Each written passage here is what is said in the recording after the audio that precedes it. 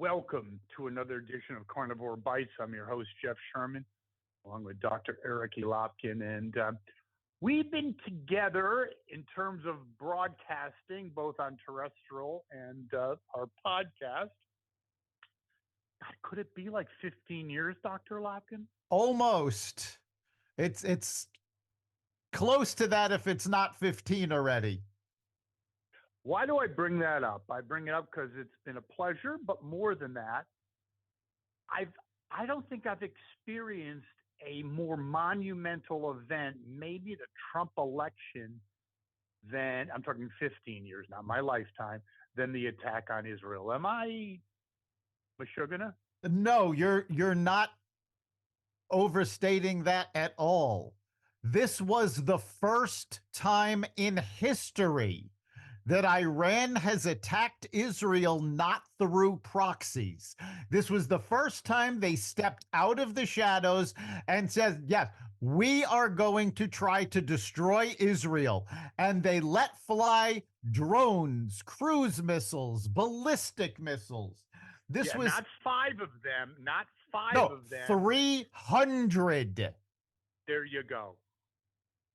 And coordinated that they had the drones go first to flood the zone, followed by a ballistic missiles. And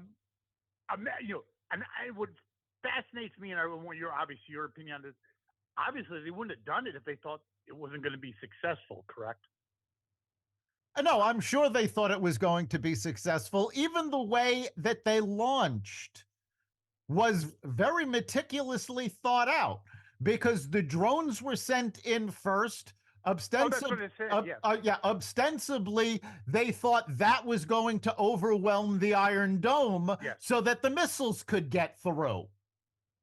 Well, surprise, surprise, not only didn't it overwhelm the Iron Dome, but 99% of the missiles and drones never even made it to Israeli space. Why? Because we had an alliance there that I don't think anybody could have predicted. It was the Israeli Air Force, the U.S. Navy, the United Kingdom, the Jordanian Air Force. Saudi Arabia was providing intelligence. The French got involved. This was unprecedented. And I don't think Iran had any idea that it was going to happen. They certainly didn't expect the Saudis and the Jordanians to stand up to them. I 100% agree, and that's why I think it's the biggest event in our relationship in terms of what happened in the news. There is no question about it. I think Iran did not see this coming in any way. I thought they're not stupid people. They believed that, yes, a lot of the incomings would be defeated, but many would get through. And they thought at the end of the day that +1 for Iran, because they thought there'd be 3 or 4 targets. And let's also discuss, and not to get too technical, when you say 99% of the incoming were taken out, yes, but the ones that got through were drones. It did virtually no damage. So that's even worse. I know it's a technical point, but it is a point. Okay. Oh no, missiles. It's an important point. Not only was there virtually no damage to Israel, there was only at the most recent reports 1 injury, not even any casualties, 1 injury, and that was a young Arab girl. Yes. Again, to reiterate the point, strategically and militarily, no ballistic missiles. I agree, and I believe you would too, but I want your analysis, and our listeners obviously would as well. Israel comes out stronger, Iran comes out exponentially weaker. Am I correct or not? And it's not me, it's analysis. Yeah, no, Iran was the clear loser in this. The simple fact is they thought they were going to overwhelm the Iron Dome and be able to hit several targets around Israel. And it's also important to realize that from what we could tell about the targets, they weren't simply targeting Israeli military. They weren't simply targeting Jewish targets. They were targeting the entire country. Jews, Muslims, they didn't differentiate, they didn't care. And that is also backfiring on them because now you've got other countries in the Middle East who are saying, you know what? No, you're done. You had your shot, you're finished. We are seeing I on think.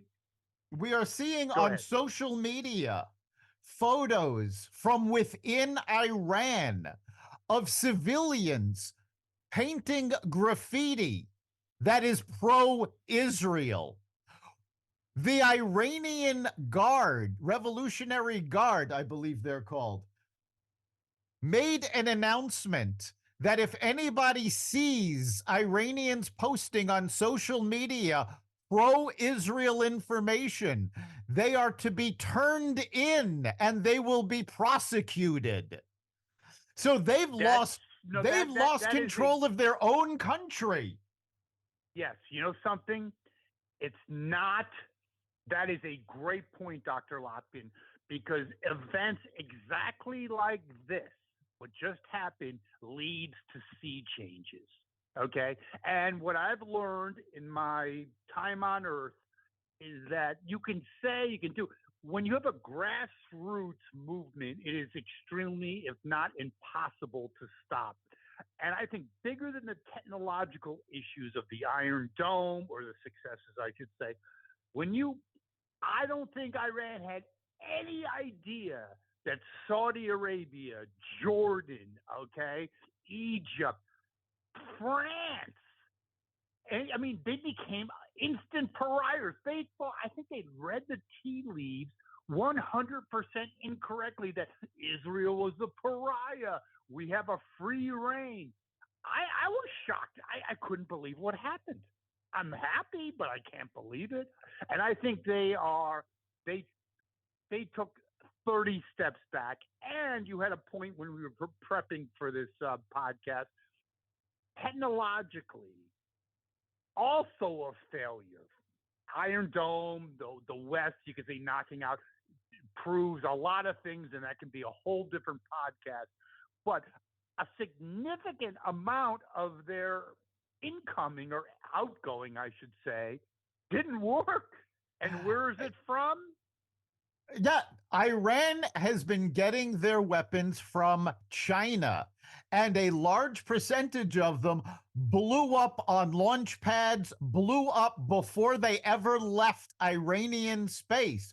So, what does that mean other than for Iran? Well, it's got to make Taiwan feel pretty good because now they're going, well, wait a minute, the Chinese weapons don't even work that well.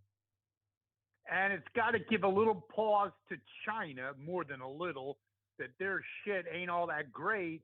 And when you look at the West, yeah, the West, the feeble West and the weak West and the woke West has some kick-ass shit.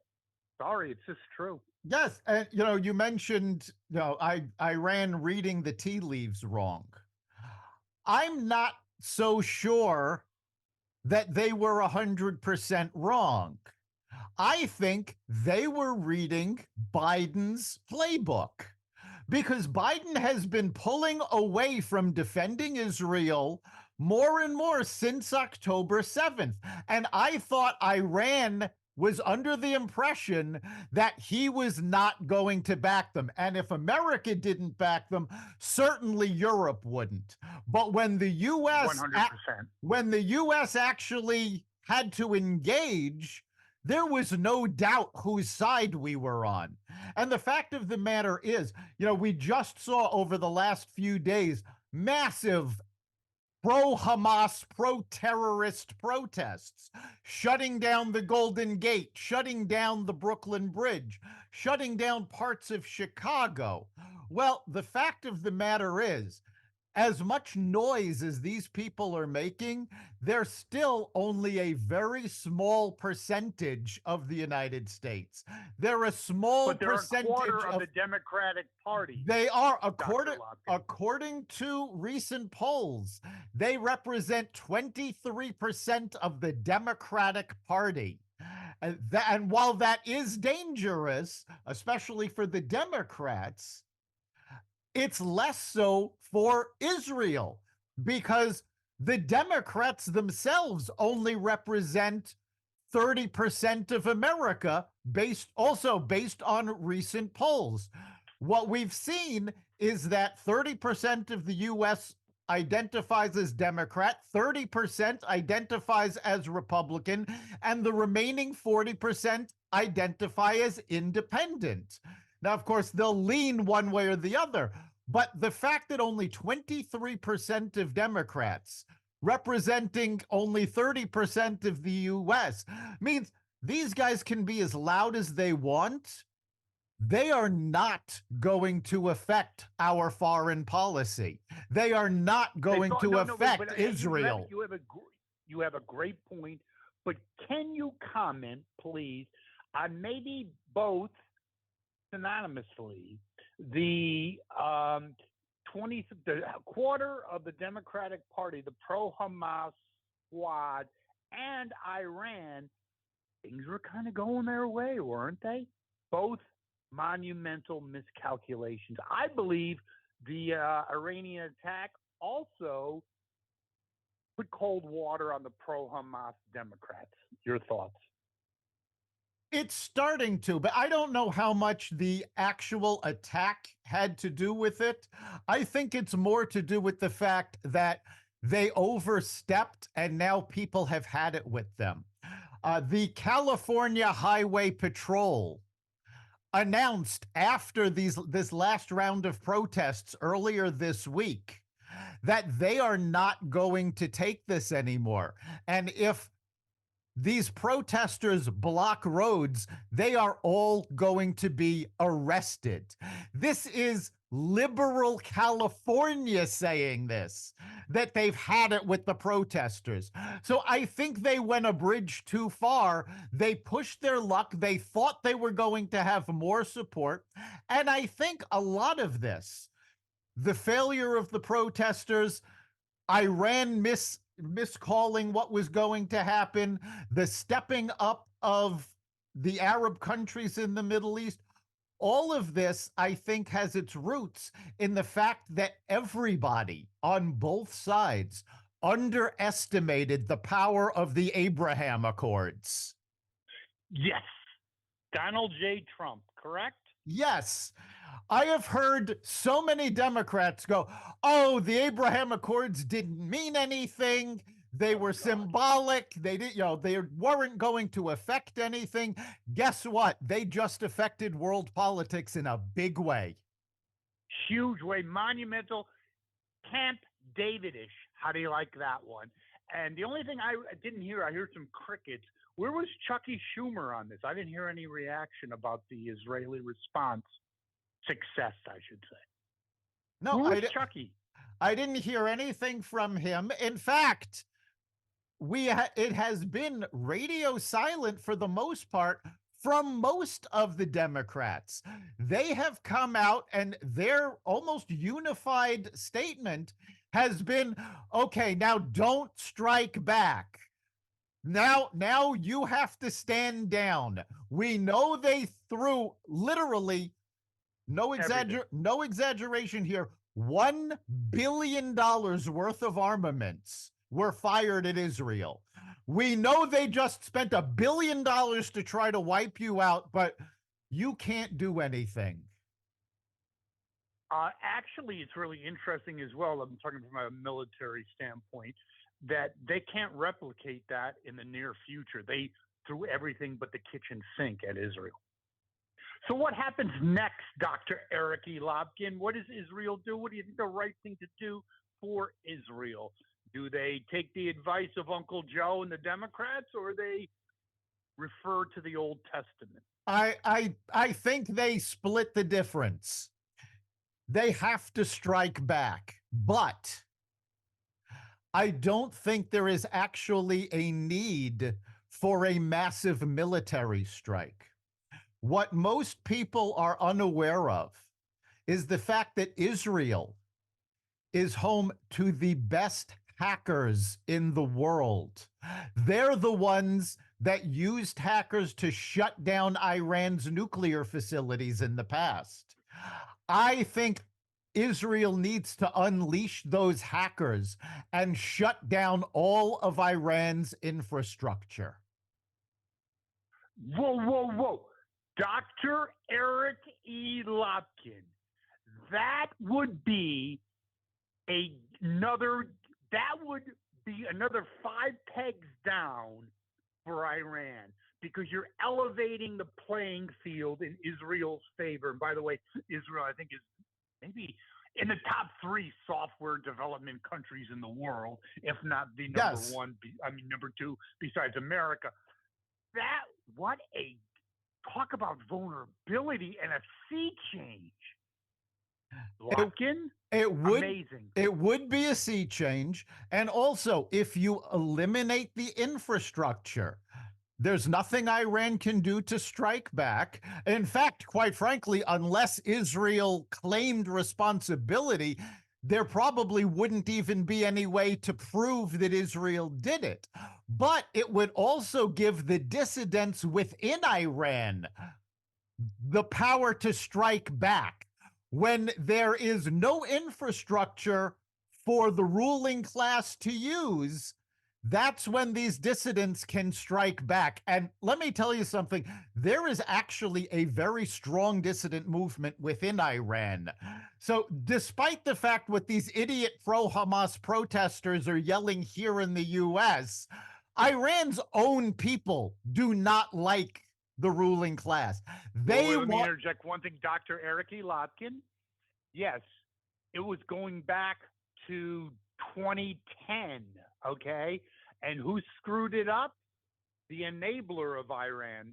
There was a real sea change going around in Iran, but who kind of put cold water on it? It's a little rhetorical question. It's Yeah, Barack Hussein Obama, the one who yes, gave them the drone technology. There you go. yes. And the money. If our listeners remember, there was the huge Arab Spring that hope actually sprung that there were going to be pro democracy people in the Middle East for a change. And the Obama administration empowered Iran rather than empowering the dissidents. And that's what got us where we are. Now, Iran's military, and they knew, Iran has known this for quite a while, has never been up to the task of taking out Israel. That's actually why they have struck through Hamas, through Hezbollah, through the Houthis, because they knew their military was not up to the task. They have spent the last 3 years.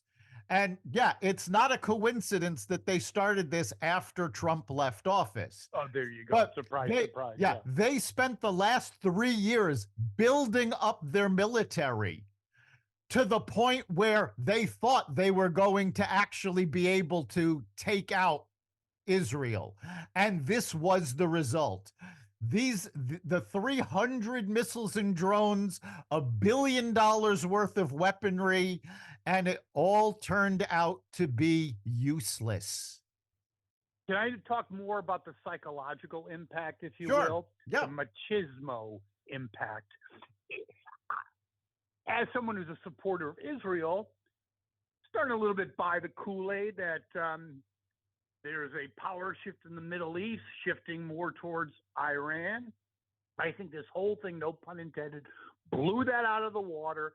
I think people were intimidated to go against, I'm talking countries and dissidents within Iran, to go against this regime. I think it's Katie by the door now. I really do believe that. They went a bridge too far or a couple bridges too far, and now they're exposed for not a weak country, but not ready for prime time. I think they've invited a lot of pushback on this disgusting regime. People like Saudi I, Arabia, Jordan, they're not going to be shaking in their boots anymore.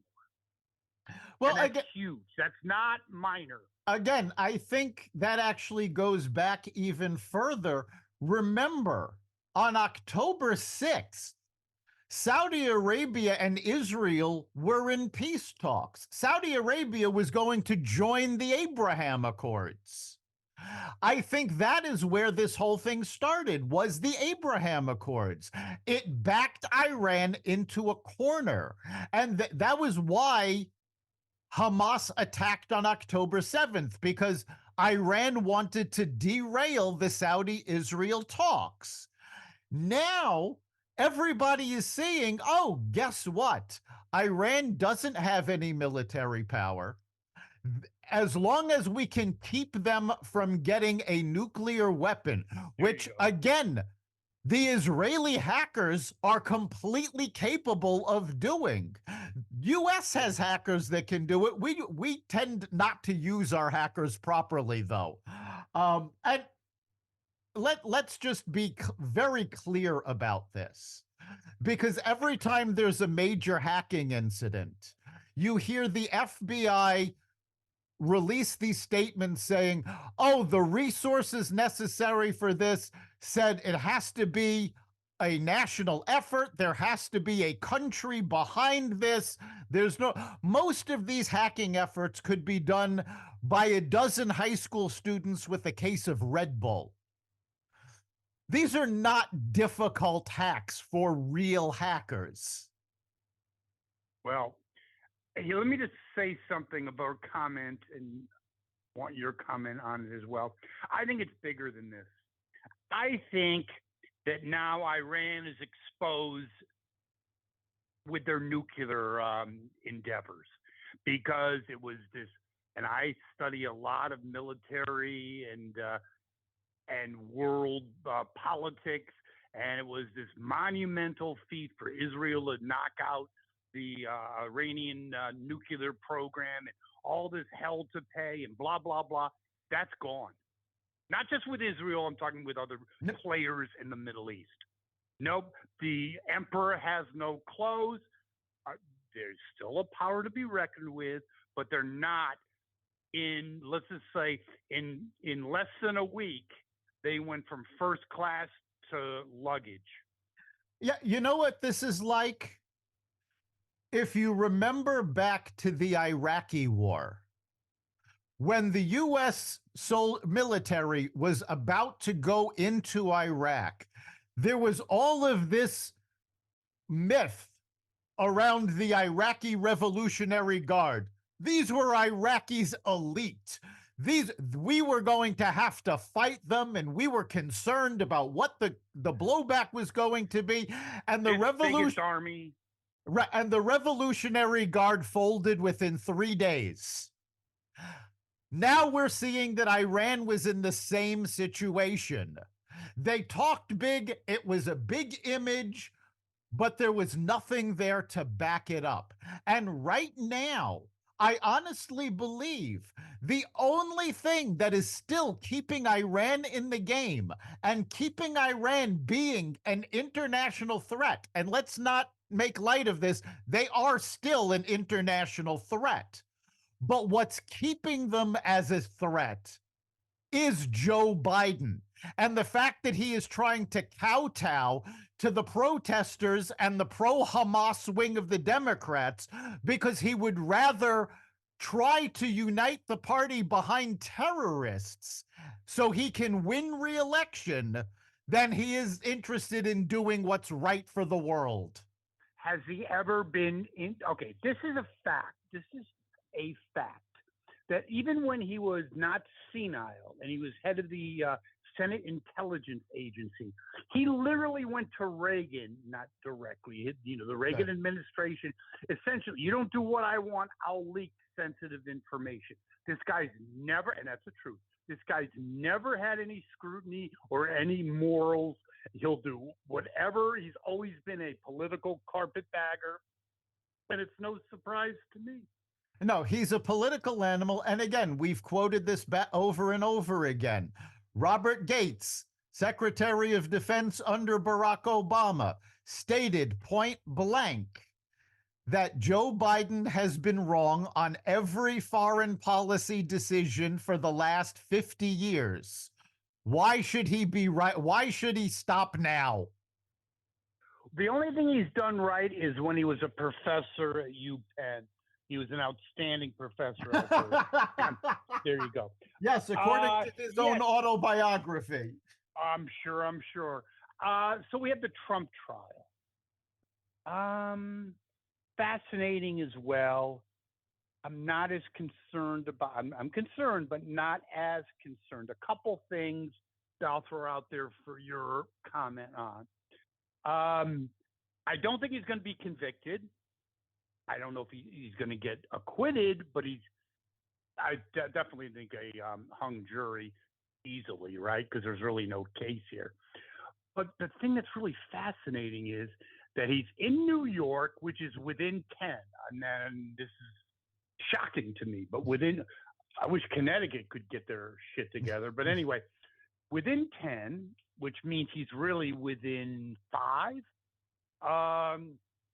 And he went to the Borrego after the trial, and you had a Bodego. I'm sorry, Yeah. they juxtaposed of Uncle Joe, right, in Scranton, talking about I don't know what the hell. I'm a pretty smart guy, but I had no idea what he was talking about. I don't think he did. He fucking slurred his words and about instead of something, he talked about taking a shit somewhere. Jesus, seriously, look at it. And you had a real, basically organic show of support in an highly ethnic and underprivileged area. Your thoughts?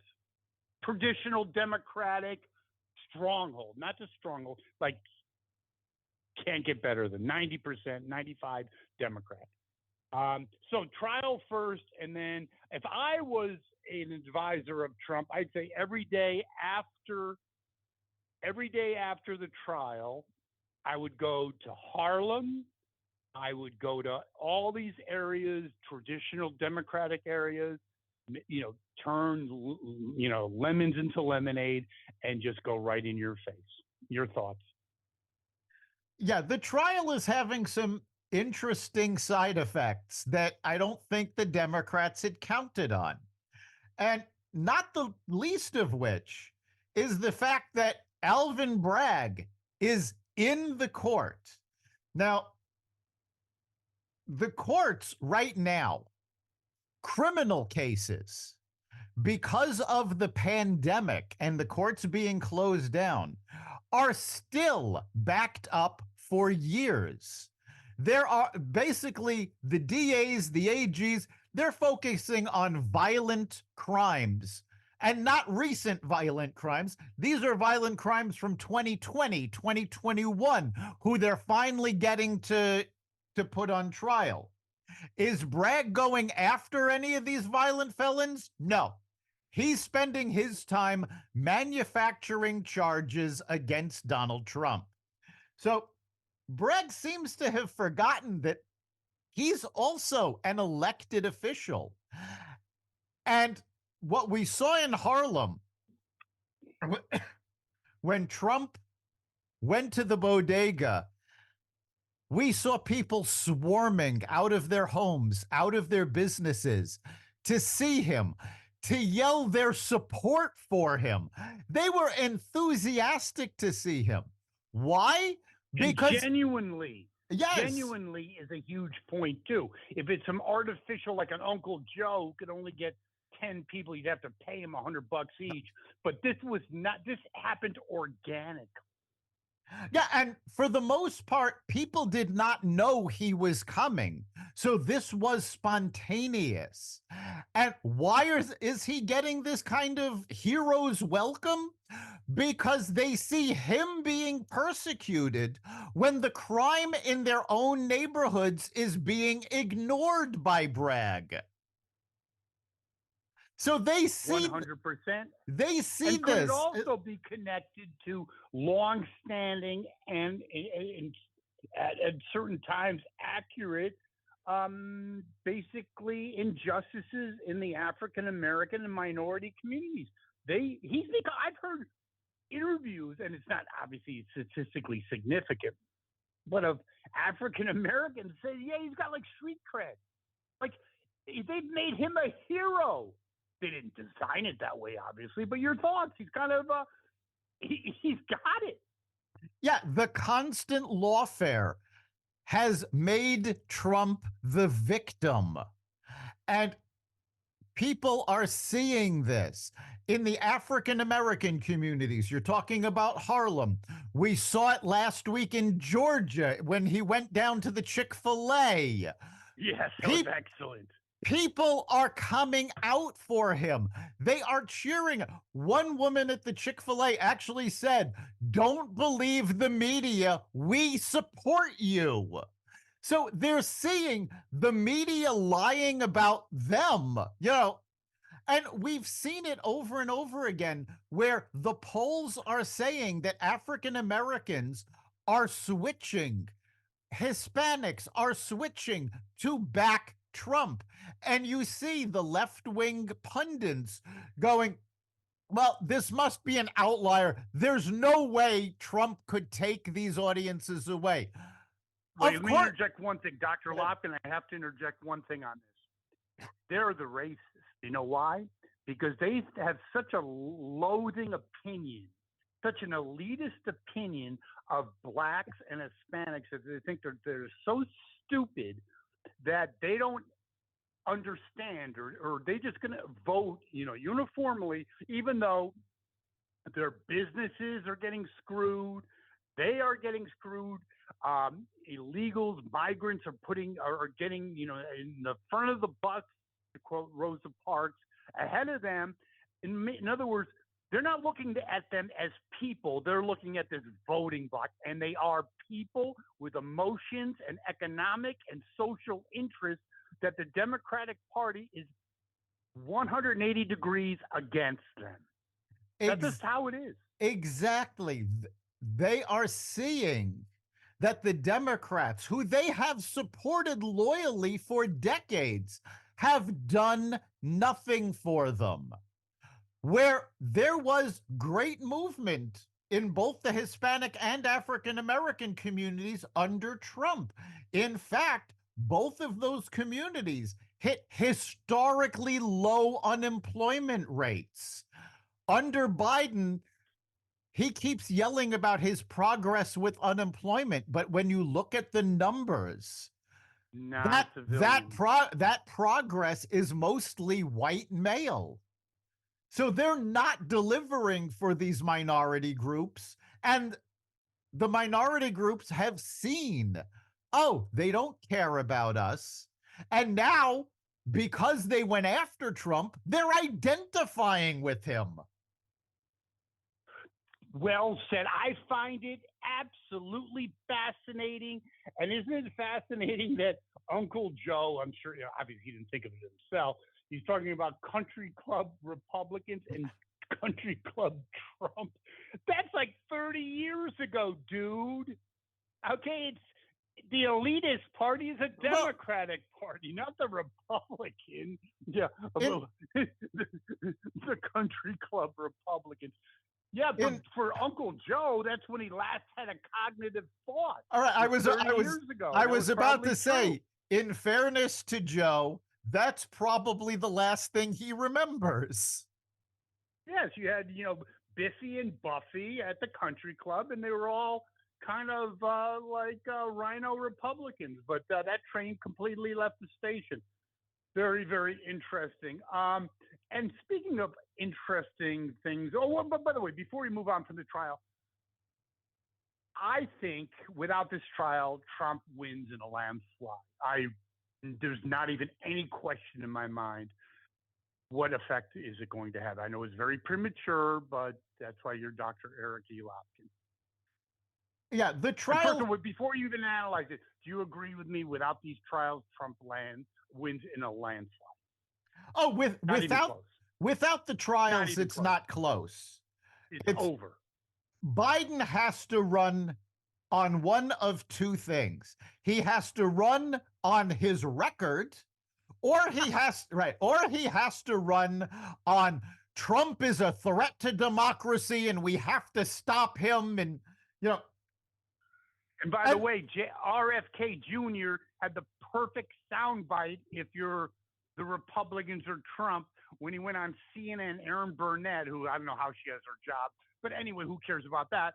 Basically, explicitly saying, and rightfully so, that Biden is more of a threat to democracy. And Uncle Joe, the nicest guy in the world, lunch pail Scranton Joe, he won't give Secret Service protection to a Kennedy. yeah, that's To a Kennedy. you know, Really? it's one thing to deny Secret Service protection to a third party candidate who is polling within the margin of error, 1%, 2%. It is a whole other thing to withhold Secret Service protection from a candidate who, first of all, in many polls is doing 10 to 15%, and who in many polls has a higher favorability rating than either Trump or Biden. Toss into the equation that he's a Kennedy. His father was killed. His uncle was assassinated. Really, if there's any candidate that needed Secret Service protection, it would be RFK Jr. Yeah, but I thought Uncle Joe was lunch. He's the nicest guy in the world, isn't he? That image has left the building. I think even diehard Democrats have started to realize that he was never lunch pail Joe. Yeah, he's out yelling about raising taxes today. That's one of the things he's talking about on his swing through Pennsylvania, and how the rich need to pay their fair share, and we're going to raise the taxes on the wealthy. Meanwhile, neither his son nor daughter had paid their taxes. Oh, well, a minor discretion. No big deal. Yes. What do you think of this concept? At first, I thought it was absolutely horrific that Trump's got to be in a courtroom, which I think is obviously not good, and Uncle Joe gets it. But then I saw Uncle Joe in Scranton. I'm thinking, wait a second. That old adage, you give someone enough rope to hang themselves, they'll do it. I mean, if he's got the spotlight, it's Elvis 1975. I mean, he's got the spotlight and he's talking about taking a shit instead of doing whatever he was supposed to be talking about and about referencing who God knows what. It might work to Trump's advantage. I mean, is that so crazy? It's not crazy. Because they got to report. They can't have Trump on the campaign trail and misconstruing what he says about bloodbaths. They got to have Uncle Joe in Philadelphia talking about, I have no idea what, you couldn't pay me enough to figure it out. And I think it might hurt him. Is that just wishful thinking? No, the more Joe is out in public, the worse it is for him. Now, I don't know that Trump is actually going to be forced to stay off of the campaign trail. Already, the judge has started to backtrack because he got a lot of blowback in the media, on social media, about the comment that Trump could not attend Barron's graduation. Which is ridiculous. The judge has backtracked on that, saying, oh, that's not what I said. I haven't decided on that yet, so we will see. So I think the judge is already starting to realize he backed a loser. Say that. No, you need to articulate that more. Talk about that. This entire trial was jury rigged together for political purposes. You have a local statute that was past the statute of limitations, so that could not be prosecuted. You had a national statute The that feds already looked right into it. that Yes. the feds looked in one the feds looked into and said there's nothing there. Two, Bragg doesn't have the jurisdiction to prosecute. The only way he was able to get this all together is because he's claiming that there is an election law crime. Now, during discovery, generally, people on trial are told what the charges are against them. All of that has to be revealed. To this date, Bragg has not come forward with any credible crime to tie this together. Like Adam Schiff claiming, I have ironclad evidence that Trump has been colluding with Russia. Bragg keeps saying, I have this federal charge that ties this all together, and the American people haven't seen any of it. Why? Well, I Because had it one comment. doesn't Hold on. I had one. exist. Go ahead. Sorry. I Go said, ahead. why Sorry. haven't people seen it? Because it doesn't exist. Well, where's the New York bar? What happened to them? They don't comment on it? Well, the New York bar does have a policy of not commenting on legal trials while But they're it's in. egregious. It is egregious, and it's actually becoming comedic, which I think also works in Trump's favor. During jury selection, the first day of jury selection on Monday, Trump was dozing off in the courtroom, and a New York Times reporter reported this.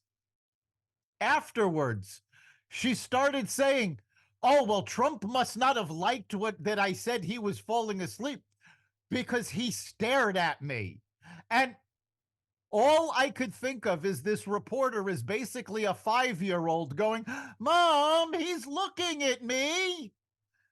This is Well, also, wait a second. You can't have it both ways. Either he's asleep or he's looking at you. right. You know, it's Yeah, I'm asleep, but I'm driving my car. Okay, whatever. Yeah, I don't know. I was just fascinated with his trip to Harlem. I think it's extremely interesting.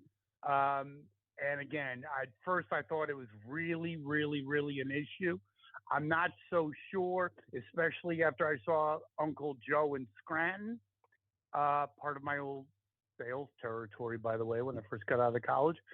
Yeah, Uncle Joe and singing, "Bring it on." The more you people, I mean, you can't edit it down to 1 second. Even NBC can't do that. yeah. It's unbelievable. Now, speaking of the media, we have NPR. It used to be called National Palestinian Radio.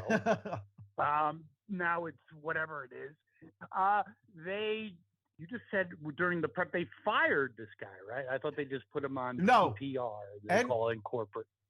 NPR suspended the Oh, edit. yeah, I know that. Okay. Right, the editor that called them out on their very biased reporting.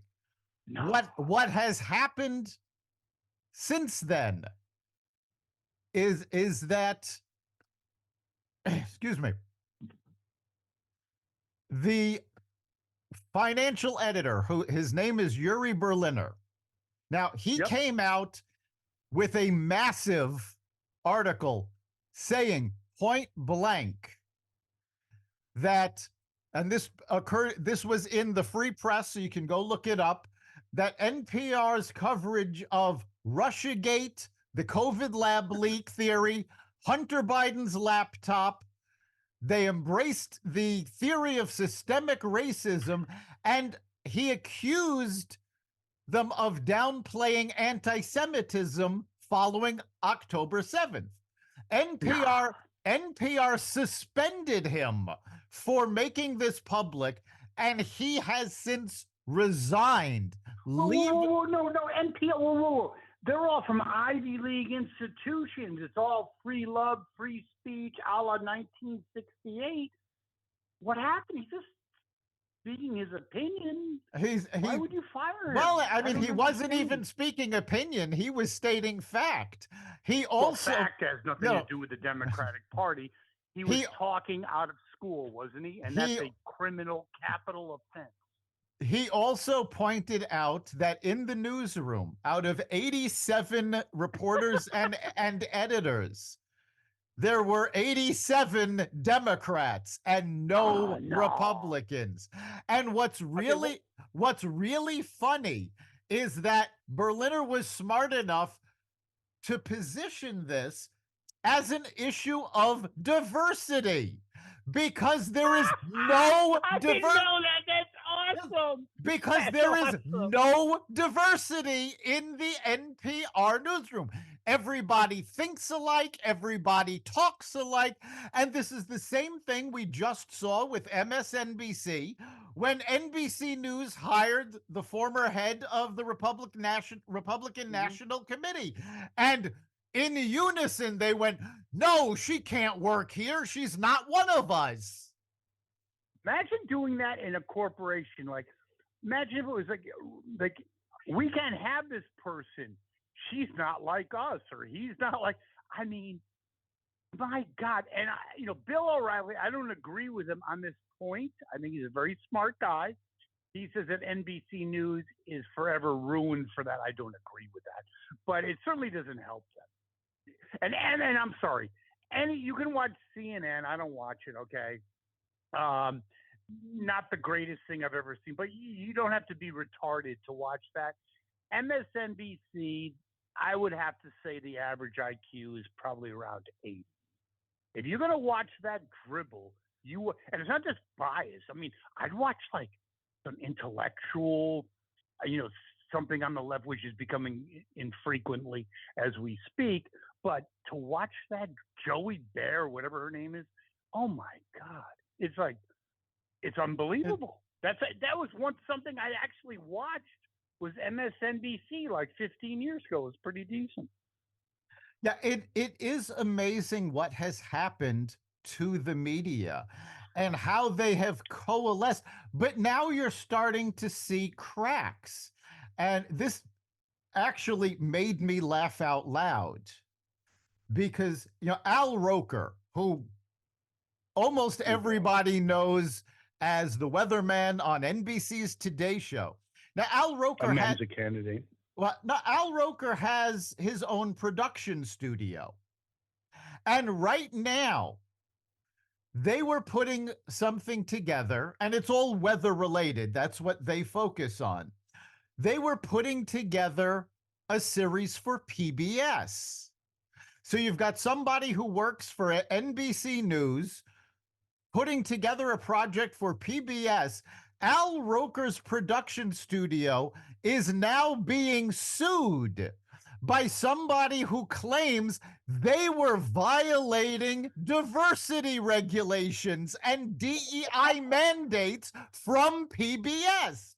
So you have a production studio owned by an African American being sued because they were in violation of DEI. Well, speaking of being in violation, the new head of NPR is in violation of having a brain. Don't really know, don't really care what her name is. They did a debrief on her tweets and text. This lady is nuts. Not just left, she's insane. And she's such an elitist. Like, oh, I had a fantasy last night of having Brie and Chardonnay with Kamala. It's like, what planet are you on? And something about, yes, I take the train because, like, I'm sure she's never had to work a day in her life. I can guarantee I don't really care enough about her to do the debrief. Went to some Ivy League school, daddy and mommy. She never had to work in any kind of tough job. And she has no clue with reality. I love that. Like, what fantasy? See Brie and Chardonnay with my Camella. Well, we're going Okay, we're genius. going to see what happens because on just to give a little background to our listeners, NPR and PBS, everybody talks about the government funding for NPR and PBS. The government does not actually directly fund NPR and PBS. What the government does is they fund something called the Corporation for Public Broadcasting. Yes. And then NPR and PBS get grants from the Corporation for Public Broadcasting. Well, Senator Marsha Blackburn is already looking into ways to stop funding for the Corporation for Public Broadcasting. Please make it stop. And Please. it looks like it's gaining traction, not just among Republicans, but there are also some moderate Democrats, such as John Fetterman, such as Joe Manchin, who are looking at this going, you know what? These are just become puppets of the Biden administration. Yeah, we need to defund them. So there is actually a possibility that NPR and PBS could lose a lot of money coming from the government. They should lose all of it. They need to stand on their own 2 feet. Let the Silicon Valley elites and the New York elites prop them up, and they can listen to their own effing echo chamber. But I can't even listen to them. We talked about this when we were in terrestrial radio. I used to listen to Wait, Don't Tell Me and Car Talk. I can't even go down the dial. It would make me throw up. Well, disgusting. For those of our listeners who haven't been with us since terrestrial radio, the original Carnivore Radio was on an NPR affiliate. But didn't they fire us, as far as I know? They got rid of us because they did not like the fact that we were speaking out against the Democratic policies. So they got rid of us. I thought the network was all about free speech until I got the pink slip. I couldn't understand it. I was in shock. Well, I mean, just to give our listeners a good indication of what working at a NPR affiliate is actually like. On the day after, or a couple days after actually, was the Friday after the 2016 election, when Trump took office, we were talking about the election. That was all we were talking about because that was the big story. And it was not just Jeff and myself. We had Marty Kina, who was a diehard liberal, who was part of the show, and the three of us were talking about the election. And when the show was over, we opened the studio door to find a little sign posted calling us Nazis. Yeah, there you go. I remember that. And it wasn't so little. Yes, it was like walking out and actually, I don't really care. I could care. It's the best thing ever happened to me, really. But we will go into that later. But it was like we were actually just digesting how it happened. We weren't even getting into politics that much. Like, because Trump wasn't supposed to win and blah, blah. We weren't getting into any, yeah, he's the greatest guy ever. No, we were not supporting him. Politics. Right. We were not supporting him. We were not taking his side of it. We were as amazed as anybody else was that he won. So we were analyzing what happened in the election.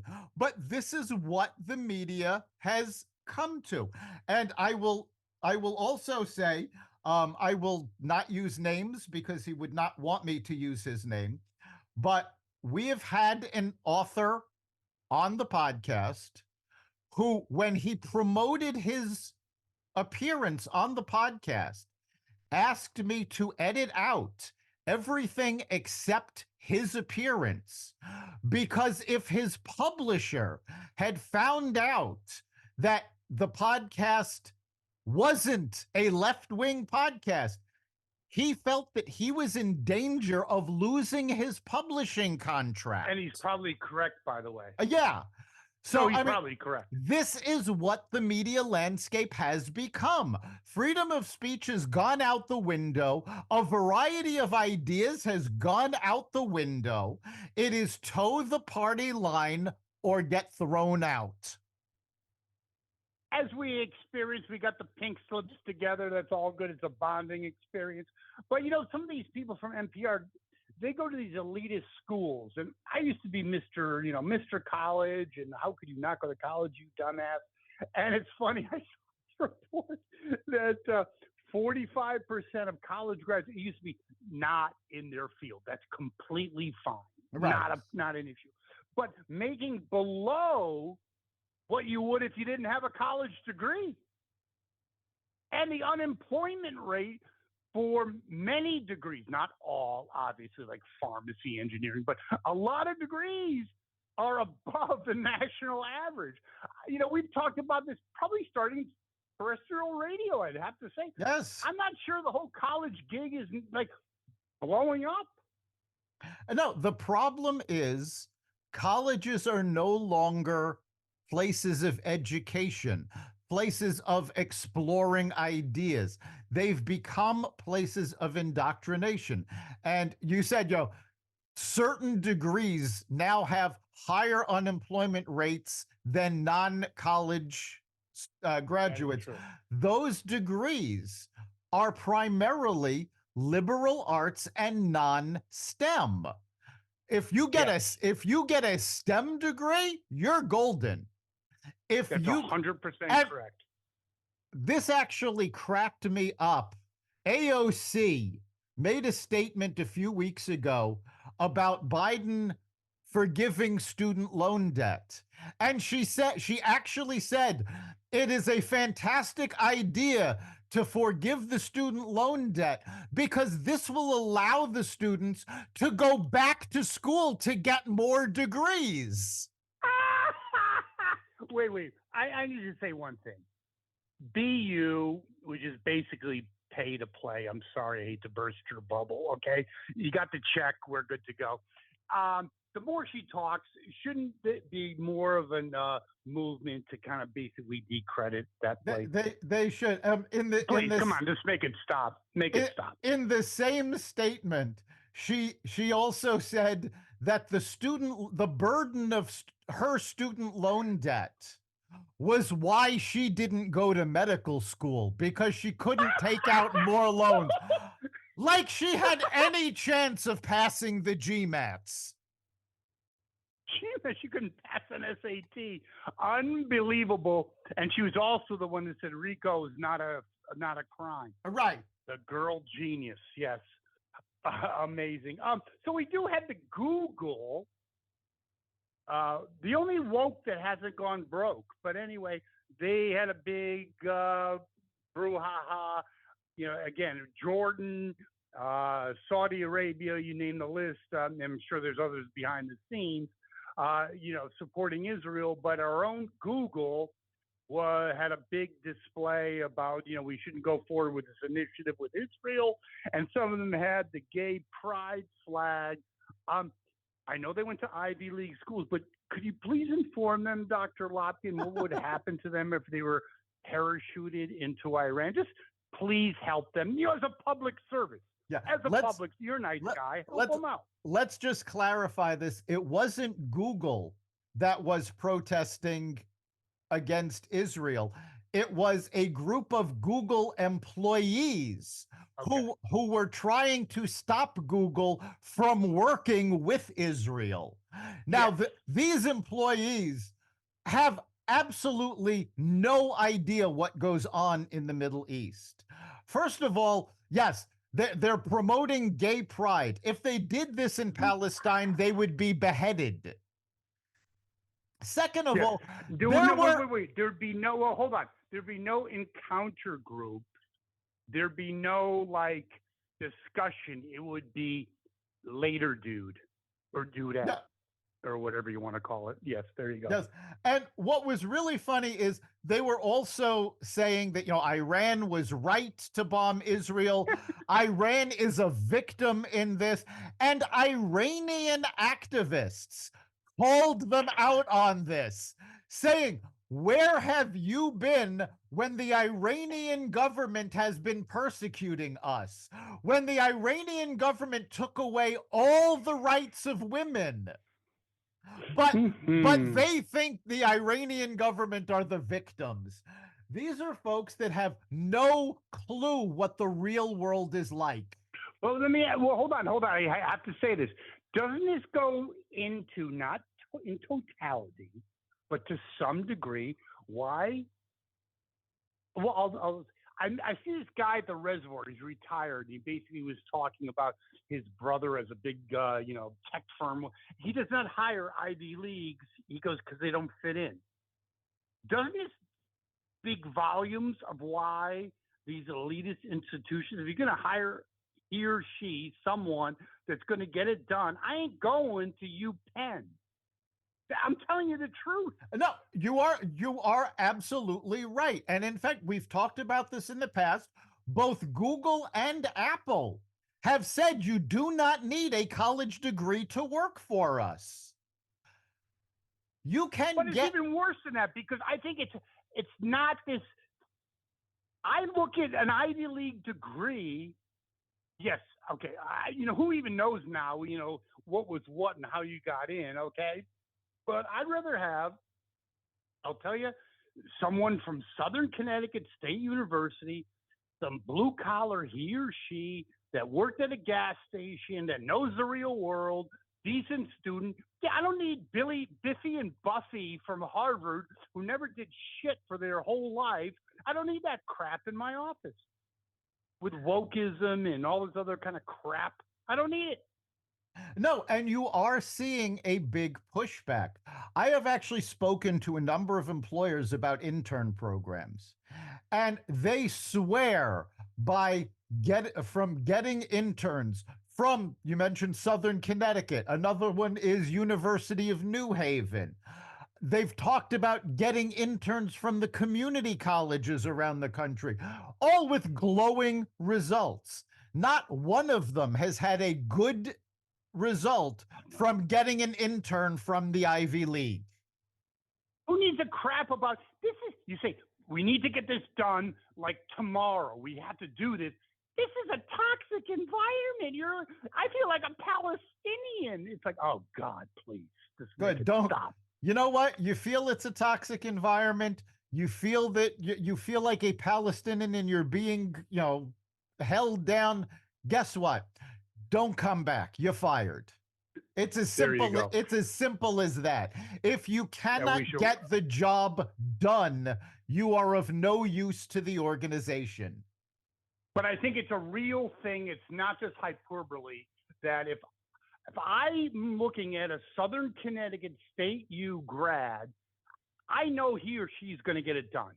They haven't been sitting in their in their bedroom doing Google searches while Daddy works and puts them through school. I don't need. I'm not so sure it's them just me. I don't need the crap.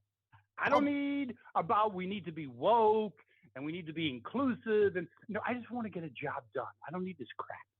I'll be honest, it's even more than that.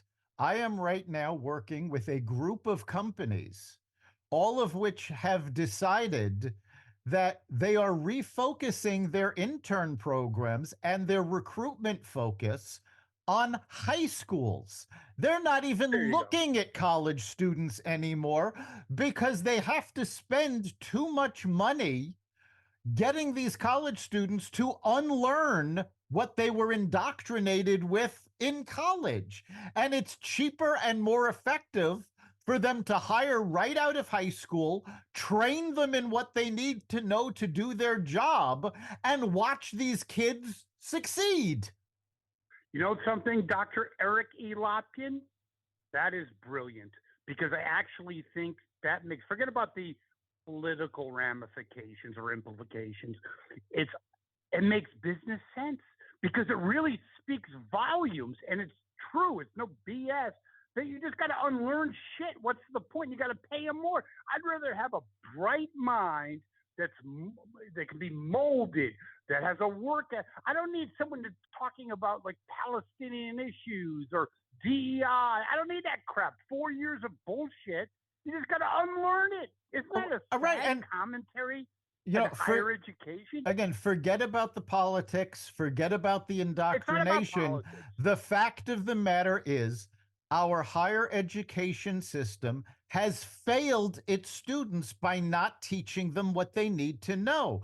And we There are you go. seeing this, and the students know this because right now there is record enrollment at technical schools Why because wouldn't you? they know you can get a degree in plumbing, you can be trained as an electrician, as a carpenter, and make great money. There was an article just the other day, I forget who it was, it might have been Fortune or Entrepreneur, interviewing someone who is making $200,000 a year working as a manager at Walmart.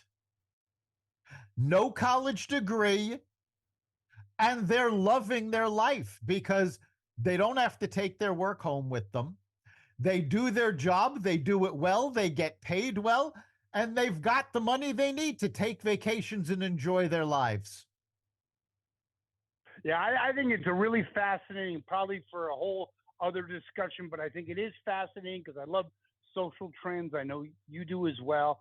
I think the college thing is going to be completely turned on its ass.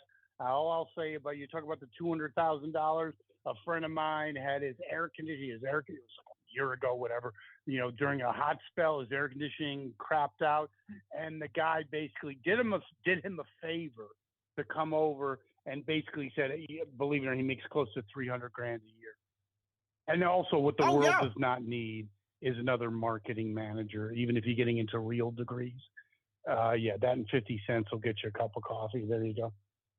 No, we need more tradespeople. And There fortunately, you go. kids are starting to realize there is no stigma in working with your hands. You can make a fortune doing it as long as you put in the time and do the job well. Well, last thing before we go, Dr. Eric E. Lopkin is talk about doing the job well or not well, the Mayorkas impeachment. Your final thoughts on that, Dr. Eric E. Lopkin? Mayorkas, you know, he's a A symptom. moron. He's a moron, but he's a symptom. He didn't take it upon himself to make any of these policies and to do these things. He's working at the behest of the Biden administration. He's doing what they tell him to do. Honestly, I don't think the impeachment's going to go anywhere. I think No. it's been a complete waste of time. Yes. Should he be held responsible for the complete failure of his job? Absolutely. But this wasn't the way to do it. 100%. Probably should have been much better to have him in some way reprimanded in front of both houses. It would have been better. But yes, but he has no moral compass. Welcome to the democratic society. If he had any kind, he should have resigned because what he did was treasonous. Sorry, it was. Let's not Probably should have forget. been censured. And go ahead. Let's not forget that Mayorkas was a holdover of the Obama administration. Oh, You know, shocking! yeah, Yeah. it's he's a political animal, the same as the rest of the administration. So he does what he's told. He does what's politically expedient, which included, by the way, lying to Congress, which is actually an impeachable offense. But I don't think Schumer is going to allow any evidence to actually be presented. That's shocking too. Dr. Lopkin, I think, in my humble opinion, one of our better shows over the last several months. I really enjoyed that, Dr. Lopkin. Well, there was a lot to talk about this week. Yes, there was. And our listeners can give their input, can't they? Yes, let us know what you have to say. Go to the Carnivore Radio Facebook page, message us, let us know what you're thinking. You can also go to xvadio.com/connect, send us your opinion. And of course, you can catch every episode of Carnivore Bites at xvadio.com, the Carnivore Radio website, the Apple Podcasts app, Google, Spotify, iHeartRadio, Audible, Amazon Music, and other platforms that respect freedom of speech. See you next week, Dr. Lopkin. We'll see you then.